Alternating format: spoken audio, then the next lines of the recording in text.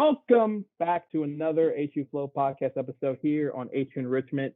As always, for your hosts, Stephen and Marilyn, and we're here bringing good vibes on this lovely day known as MLK Day, as it's being recorded. So now, today, our guest is someone. Now, I told you guys we're going to bring you a lot of different guests from different backgrounds, and today we have another interesting background. His name is Zachary Wright, and fun little fact, he taught me in high school. So, Zach, welcome to the podcast. Thank you so much for having me, Mr. Man. Mr. Gayle. Thank you so much for having me. Oh man, it's been so long since I've heard you say my name like that. Awesome. So Zach, tell us, what is your current profession right now? Sure. So I have a couple of gigs. So I am an assistant professor of practice at Relay Graduate School of Education, serving Philadelphia and Camden, essentially serving new teachers, brand new teachers in Philadelphia and Camden, helping them get better, faster, get certified, and get their master's degrees. That's my full-time gig. I have a side hustle of education activist for a corporation called Wright Corporation, which has activists across the country, and we all kind of identify local educational injustices in our regions and work to dismantle those injustices. Wow. Okay, that's so. What made you? I want to focus first on the activist part, because that's really important to me. That we have people, especially in the education field, being very active in the field. So, what made you want to get into that type of stuff? Well, if I had to pick a moment, it was at Shoemaker, where I worked for a long time, where I taught you, Steve. And if you recall, when you were a senior student, we did these financial fit meetings. So we would have students and families come in, and we would sit down, we'd look at spreadsheets, and we'd say, okay, here are the colleges and universities that we got accepted to. Here are the scholarships we got. Here's the total cost. We kind of went through all those things. And I remember in the early days, this is probably around 2012, I was sitting down with a student and her mother, and this was a student who had done everything right. AP classes, no disciplinary, anything, just an amazing kid. And after going through the whole process, she couldn't afford to go anywhere. She could not afford to go to any school except for CCP, Community College of Philadelphia. And she was not about that. She was like, I've worked my whole life for this. And I remember sitting down that moment, and I come from a privileged background from Brooklyn, New York, and I never thought for a second about who would pay for my college. They never entered my calculus at all. And I was not a good kid. I did not do half of what this student had done. And I learned in that moment that the game is rigged. It's rigged for people with money. It's rigged for people with lighter complexions. And I remember leaving that meeting saying, like, the system is rigged and it needs fixing. And so from that moment, I kept on teaching because I wanted to master my craft. And a few years later, around 2017 or so, is when I started doing some writing. I started getting to know this.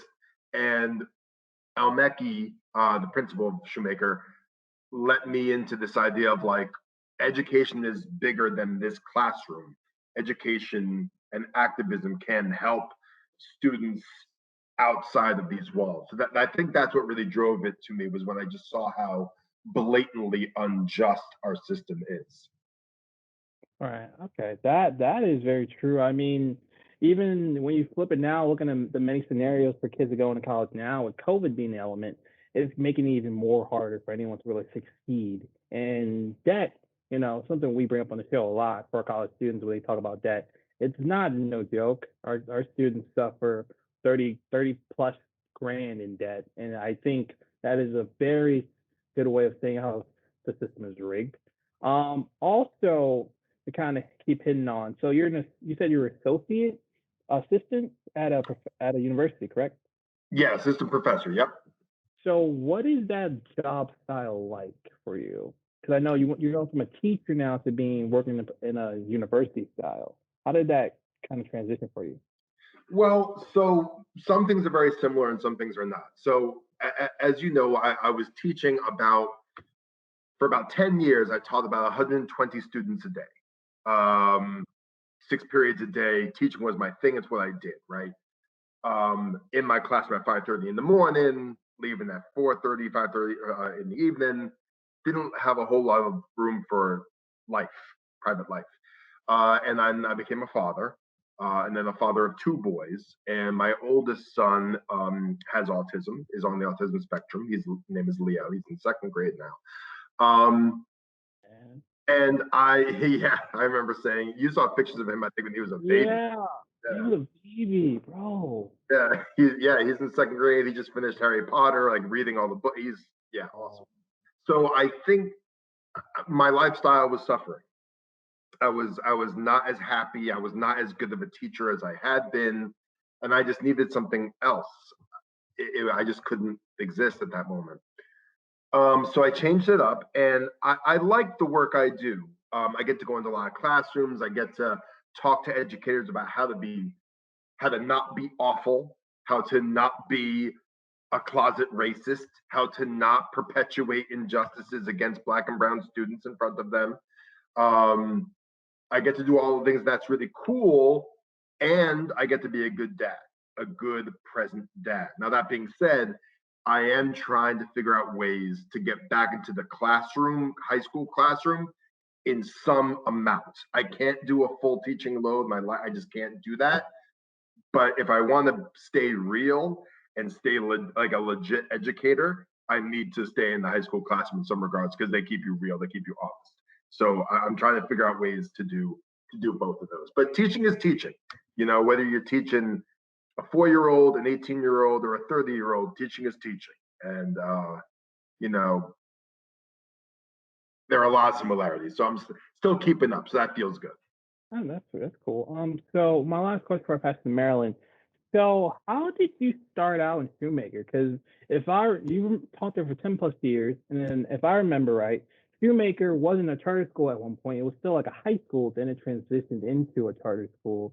So you were there before the transition, if I'm right.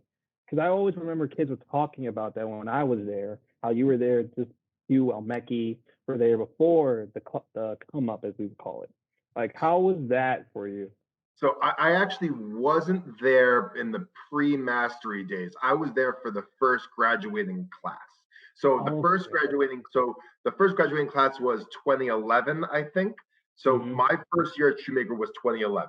So I taught the first crew of seniors. So essentially, for the first 8 years, I taught every senior that building had ever had. And I dug that a lot. The year before, I was at University City High School in West Philly, um, but Okay. that was closed down by the city. It's now since been demolished and whatnot. So my first year at Shoemaker was the first graduating class. Um, how did I make my way there? It's funny. I don't even remember. I actually I do remember. Here we go. So I was teaching at University City High School, which was a tough place to teach and an even tougher place to be a student, for many, many, many reasons. And I remember that they were going to close uni. They were going to close it down or shift it to a turnaround model, whatever. And so all the teachers were being forced transfer. So I had to leave. But I could reapply for my job. But earlier in that year, I had written a quick little commentary for the Philadelphia Inquirer, kind of like saying all this crazy stuff about what's happening in this school. And I was told essentially that I need not reapply for my job since I wrote that. So I went to Shoemaker in Almeki, and writing op-eds and speaking truth to power is right up Almeki's alley. So he was like, come on board, come on this team. And Shoemaker was where I learned how to be a teacher. That's where I learned how to really be a teacher. I learned from the students so much. I learned from the community so much. Um, I think about this a lot, how I taught, over 1,000 students in that building, but the amount I learned from them and the families in the community is staggering. And I think about them pretty much every day. Oh, damn. I never thought of that deep. I mean, it was like for us, it was like we know we would see your before I had you as a teacher.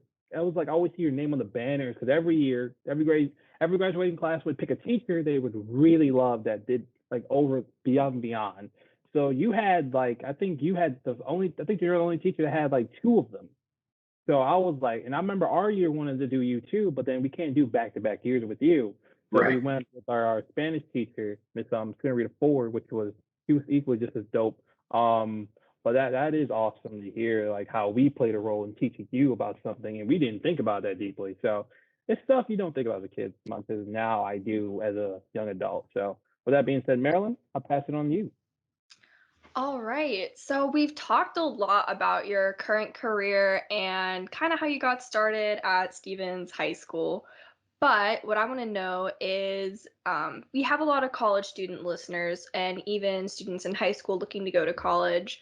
So let's take it back to maybe when you were a senior in high school. How did you go about determining your college? And were you always looking to be a teacher? No, not at all. In short, so I remember, so I graduated high school in 2000, 2001. Don't make that face. I see that That's when I was born. I was born in 2000. face. So I graduated high school in 2001. Um, I absolutely detested the college application process. I hated everything about it. So I only applied to one school, and I applied early decision to the University of Vermont. And I don't know why I did that. It ended up being probably the best decision of my life because that's where I met my wife and my friends, and it really helped me become who I am. So, did I want to be a teacher? No, I had no idea what I wanted to do. I liked reading, I liked writing, I liked history, I liked political thought, political science. So I went to be an English. I went as an English major, did 4 years there, loved every single minute of it. As I said, met my now wife, who's a critical care nurse here in Camden, New Jersey, who was just incredible. Um, I guess the first teaching thing I did there was I was a writing center tutor, and what I noticed there was that like for some reason students listened to me, and they listen to me without taking offense. You know, it's very easy to say, like, I think you should change that, and people will get upset at you, like, who are you? But for some reason, I was able to be like, you might want to change this around in this paper, and they'd be like, that's cool, that's a cool idea. So that was the first thing I kind of noticed. But after college, my first gig after college, I was a cook all through college, but my first gig after it was preschool teacher. And I love that. I taught preschool for about 3 or 4 years in Brooklyn, New York, because I went back home. And I realized later on that a 4-year-old is really not that much different than an 18-year-old. They're bigger, 18-year-old is bigger, but it's all about connecting with people and making relationships. And if you can do that with a 4-year-old, you can do that with anybody. Um, so yeah, no, my later high school years and early college years, I think I never had a plan, which is white privilege in a nutshell, right? But I never really had a plan. I just wanted to go after things that I enjoyed, which was books and friends and music. And I met this really cool crew of people who valued service over money, and they valued making a difference instead of making a big paycheck.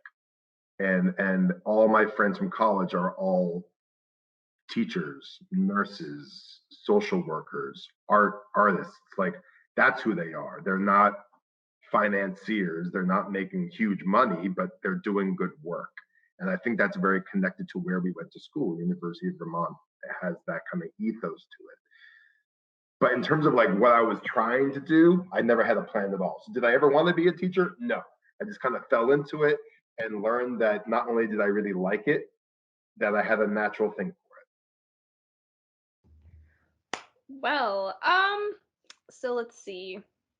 You now do a lot of work with students, and I remember you just brought up um, helping students plan and get to college. So, for the students who are listening now, either senior, college, whatever, no matter the level, because financial advice is always useful. What would you like to say to students who may have some questions? I think this is a bias of mine, but to me, I think the reputation of a school could not mean less. Um, I remember teaching a lot, and a lot of seniors would get really worried about where they're going to go to school and is it a good reputation, blah, blah, blah. And I remember saying to students, like, you can walk up and down the hallway, and every single teacher has where they went to school on the window, right? And some went to amazing schools, schools that I never in a million years would ever have gotten into. But we're all here.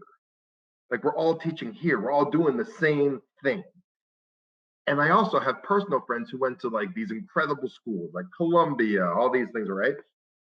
And I remember visiting them, and their education was whack. And so what I would say this to high school students is, don't sweat the reputation. I think what should guide your choice, assuming that it's one, finances, right? You don't want to put yourself into a hole. But also, if you walk around the campus and you're like, I can see myself here, that I think matters most. Because I remember visiting schools that were like really good schools or whatever, and being like, I don't like any of this. But I went to University of Vermont, which is fine. I think its best reputation is for partying more than anything else, really, for like, Fish, like the band Fish, and smoking weed and stuff. But that's where I met my people, and that's where I found out who I was and loved who I was. So I think that's one of my recommendations is find the place that fits who you are, not what the reputation is. Not like I need to go to this school because it's high ranked or whatnot. Like find the place that matches who you are and feels good, and that's where you should go. My other recommendation is to study abroad and like find some way to do it. Find some way to study abroad. I studied abroad in England for 7 or 8 months, and aside from marrying my wife, probably the best thing I've ever done. So I guess those are the two things. So, one more question before I pass it over to Steven. You're not teaching much right now, but for the work that you do, um, how has the pandemic affected any of your teaching or educational ventures? Sure. So I teach two classes once a week. One is general pedagogy, and one is uh, pedagogy for English teachers. So we shifted to 100% online teaching as our teachers did. So I made the shift to online teaching pretty easily, and I try to stay effective, and based on the feedback I get from my students on surveys and whatnot, I'm staying effective.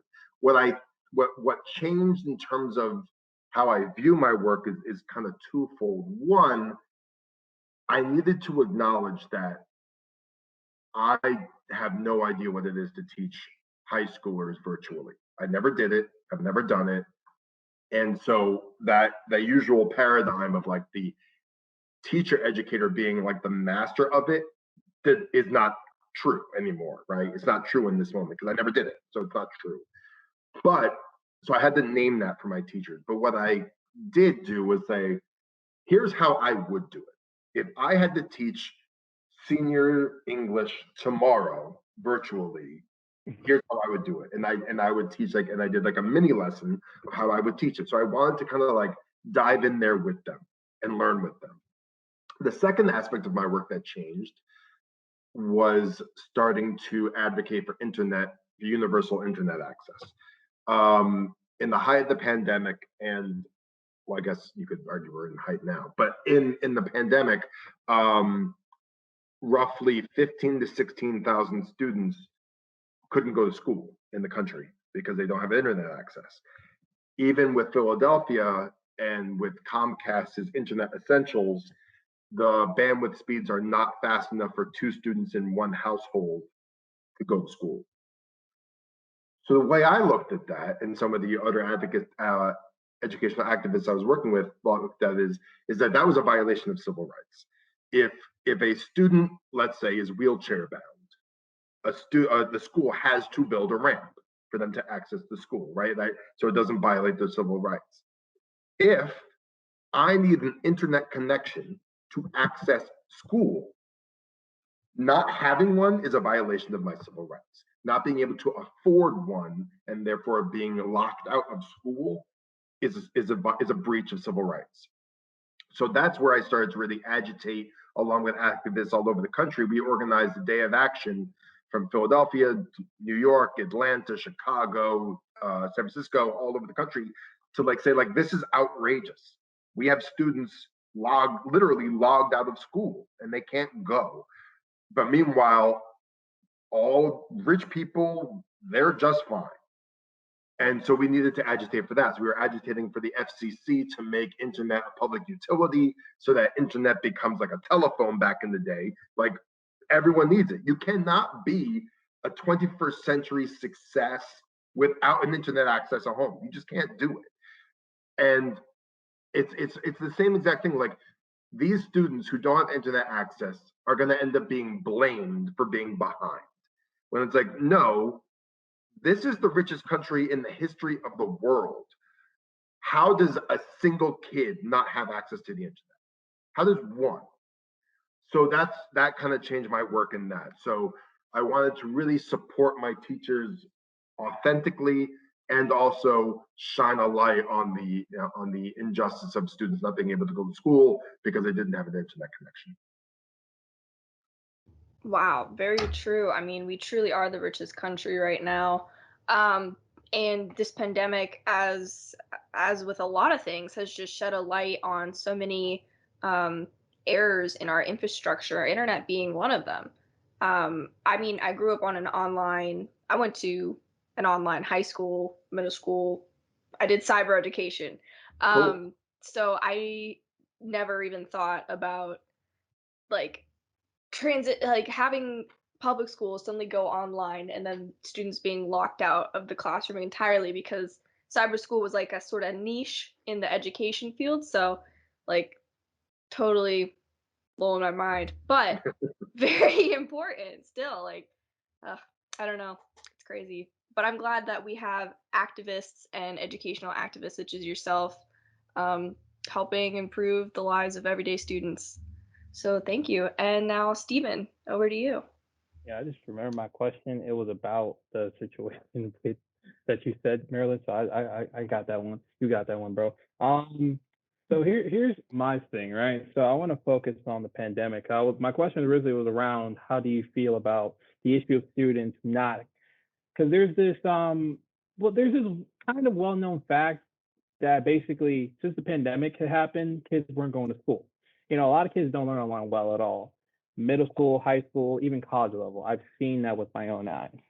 There's this fear that there's going to be this gap, a year gap of knowledge being lost because these kids are in the school, they're not learning, they're probably just staying at home doing nothing or just playing around.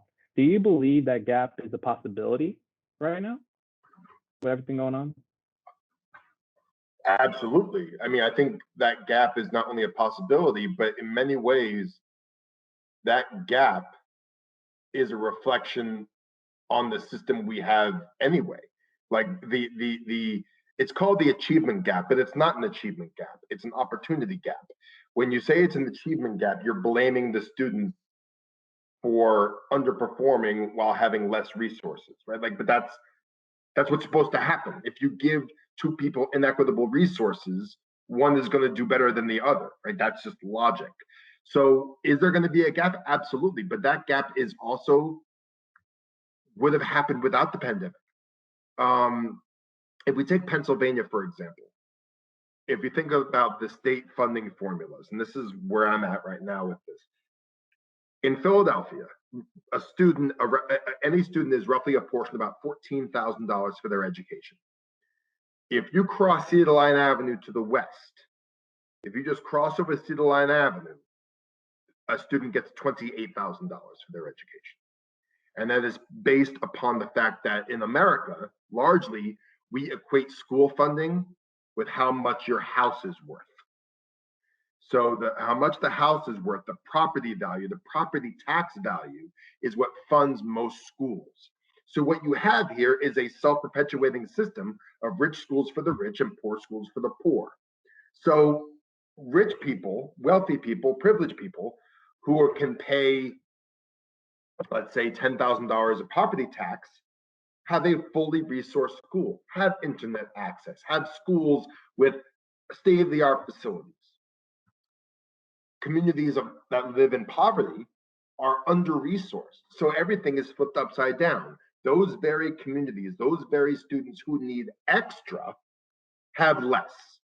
Those very students that don't need as much have more. So we need to flip it all upside down. I mean, this is where I get my radical notion, like that whole funding system needs to go. It needs to be completely dismantled, because what it is all part of that rigged system of rich people having rich schools, poor people having poor schools, for nothing else based upon the zip code in which they live. So will there be a gap? Yes, there will definitely be a gap, but that gap is going to be a mirror of the same inequities that we have now. Because wealthy, privileged people like myself, my kids aren't going to have a gap. Leo is doing amazingly with his access to school. And my youngest, 4 years old, he's in preschool. He's not going to have a gap. But families who are struggling, families whose jobs were lost in the pandemic, who now can't afford stuff, yeah, that will be a gap. But it's the same gap based upon the fact that education in this country is something that you buy. You either buy it with tuition or you buy it with a mortgage or a rent. And if it's for sale, then the best education is for the rich, and the worst education is for the poor. So the gaps are going to be there, but the gaps are existing because of the systems that were already in place before the pandemic.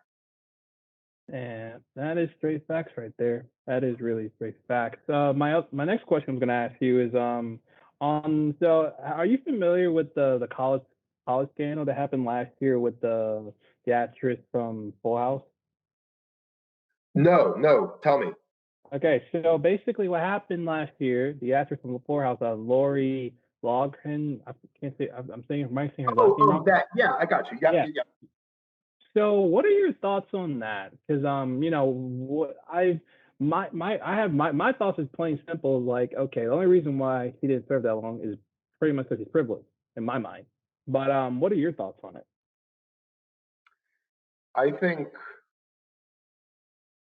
that wealthy, privileged, predominantly white people have been cashing in their privilege for generations. And that includes myself. Like, I include myself in all of those things, right?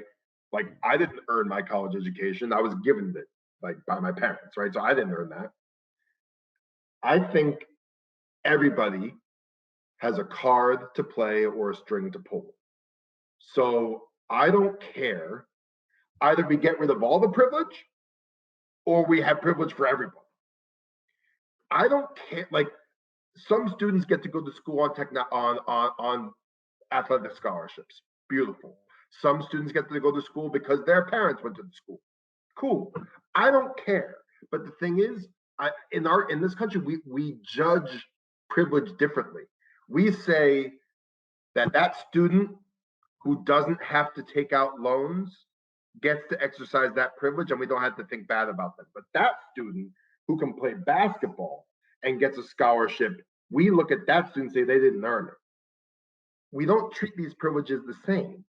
So now this woman who got busted doing all these things, what I really think about her is that, I mean, I don't feel bad for her at all, but what I do think is that she was duped. I think she fell for this trap that the reputation of a school means something. That her daughter had to go to the school because it was really good, or this, that, and the third. So I think she was a fool. It's like, your kid's going to be fine regardless. Your kid's going to be fine regardless. They are wealthy and they are rich. They will be fine. So why are you trying to be extra, trying to get them into this one? I don't even know what school it was, but why are you trying to do all that? Like, they'll be fine. So I think she believed the hype of like school names meaning something, and so you really gotta even like risk going to jail to go for it. Like, stop. You're gonna be fine. Your kids are gonna be fine. Send them to a, like their local state school and keep it moving, and you'll be just fine. So I think there's a lot there in that situation. What I worry though is that since she got busted, it's like, all right, well, we solved that problem and we keep it moving. Whereas, no, the problems still exist and we haven't addressed any of Right? Because because the thing is, like, I get that. Obviously, I don't feel bad for her either. I mean, I don't feel and her daughter. I mean, obviously, I don't feel bad for her, but hopefully, she learns from this type of thing. 'Cause I think the school she went to was UCLA, and again, that's another school that's like it's a hyped up school, it. but you can get some of the best education from schools you never even heard of yet. Like, no one's heard of our university at all. We get confused with a community college here at Sure. Harris University, so it happens. But it's just because of like hack the community college has a better reputation than us for some reason. But at the same time, at the end of the day, if you can get an equally good education depending on where you go. It's just you have to do the research to figure out that college is your choice. Because I think for me, when I was picking colleges my senior year, I'm hearing all these big names being thrown out like Duke and stuff like that. But I'm thinking more in the realism, like the realistically speaking, how am I financially secured? How do I actually like this university? And is it far away enough that I don't have to worry about this whole concept of being too far away from home? Hmm. So maybe because maybe my level of thinking as a senior was higher than most of my other friends were. But then again, it's not one of those. I don't mean to brag, but it is kind of am bragging. Um, but but to get back on topic, so to kind of close out, I have two questions for you. And if Marilyn, you have questions, I'll ask you before we end it. Um, my first question is, if for those who are interested in teaching, rather they're just considering it at high school level, at a college level, what's some advice you would give to those who are considering teaching? I think the first thing I would say to someone who is thinking about becoming a teacher is that you can't teach something you don't know. So you better master a discipline. Like you better master English, you better master math, you better master science, you better master technology, whatever it is. Because if you just can teach, but you don't know what you're teaching, then you're not gonna serve your students. So the first thing you gotta do is master a discipline. Like I was an English major. I learned English. I learned how to read, analyze, and write like really well. Only that allowed me to teach. Like I learned how to teach later. But if I didn't have that content base, then it doesn't matter, right? It doesn't matter if you can teach really well if you don't know if you don't really understand what it is you're teaching, right? So get that content base. That I think is first and foremost.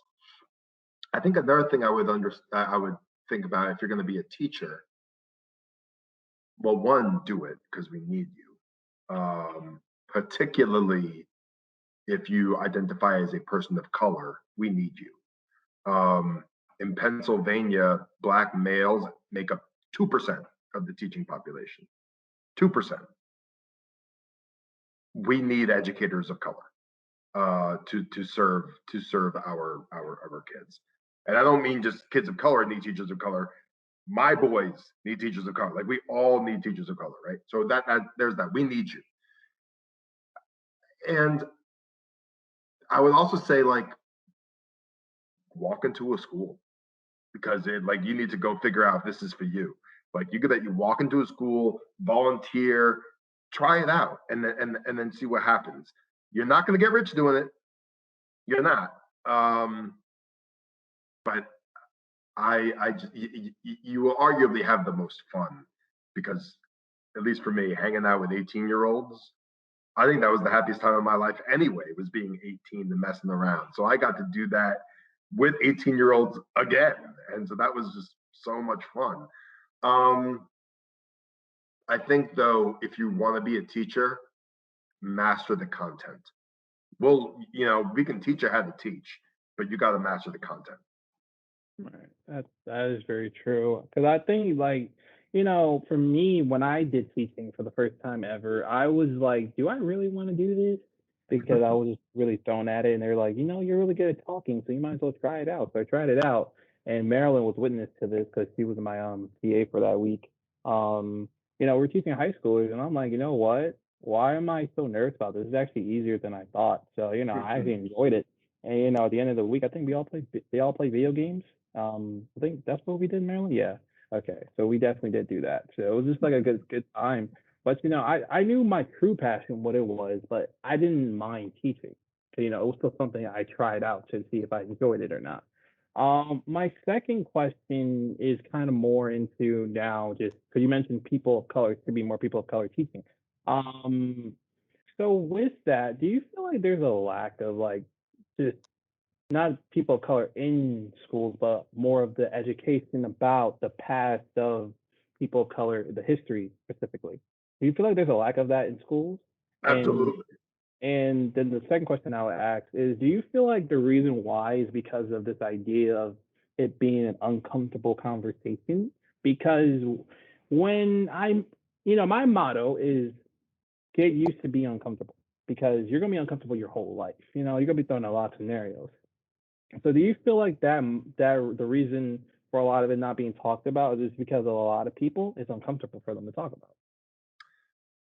I think yes, and I think it's bigger than that. I Hmm. think education in America is founded and perpetuated in white supremacy.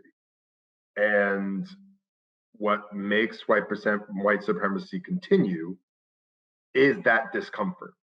So that discomfort, which quells and stifles conversation, is what is used to keep the system as it is.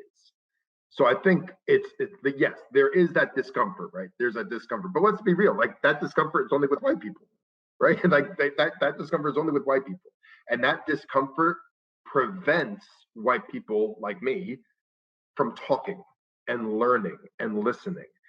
And the system is not going to be changed if white people don't stop, listen, learn, and then change. So that level of discomfort is what keeps the system as it is. I teach a session for teachers in the very beginning of our semester, of our first semester together, on on what I call four pillars of white supremacy in education. Um, Funding formulas, yes, but it's also the whitewashing of education. It's Martin Luther King Day today, right? And you go on social media, it's quotes everywhere, as it should be, of everything Martin Luther King has said. What is very uncommon to see is a Martin Luther King quote from the letter from Birmingham jail saying that what's worse than the Ku Klux Klan member is a white moderate, because a white moderate is not standing up. A white moderate is sitting back and being quiet, letting these things happen. You don't hear that quote very often. You hear I have a dream because it's beautiful and it's amazing. And it gives us this idea of a colorblind utopia where we don't see color, right? But we need to see color. We need to see color because if you see color, then you see beauty. Then you see beauty in each other's cultures. If you don't see color, you are denying truth. The truth is that we are different and we're beautiful and we're amazing and we need to learn and love each other. So yeah, there's a whole lot of discomfort with talking about it, but that discomfort, if I could really say it, that discomfort is a privilege. It's privilege to be uncomfortable so you don't talk about something, right? That is a white position. A person of color, which I can't speak for, but a person of color, I doubt, has the ability to not feel uncomfortable when they don't want to.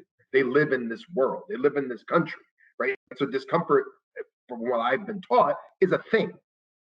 For white people to be like, you know what, I'm a little uncomfortable, like that's what privilege is. You are privileged to like not face it. You can just go about your life and go about your day. So to go back to like educators, like you want to be an educator, face this. Face there's an amazing writer, her name is Bettina Love, and she wrote Abolitionist Teaching. And the idea is like the first thing you need to do is face the oppressor within you. Face it. There is a liberation in acknowledging that you are imperfect. As a white person, there is liberation in saying, you know what? I have some racist tendencies and I'm not proud of them. And I'm trying to unlearn them. And I'm trying not to pass them on to my children. There's liberation in that because you don't have to pretend to be perfect all the time. So Yeah, there is discomfort, but that discomfort is a factor in perpetuating the systems, and that's what we need to get rid of. Definitely, definitely. I mean, that is something that we have the standing point of uncomfortability, but it goes more deeper than that. And I don't think people really comprehend.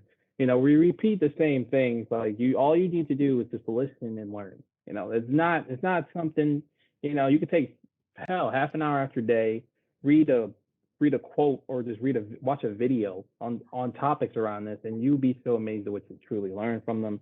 But then it's something about how people have grown up around it.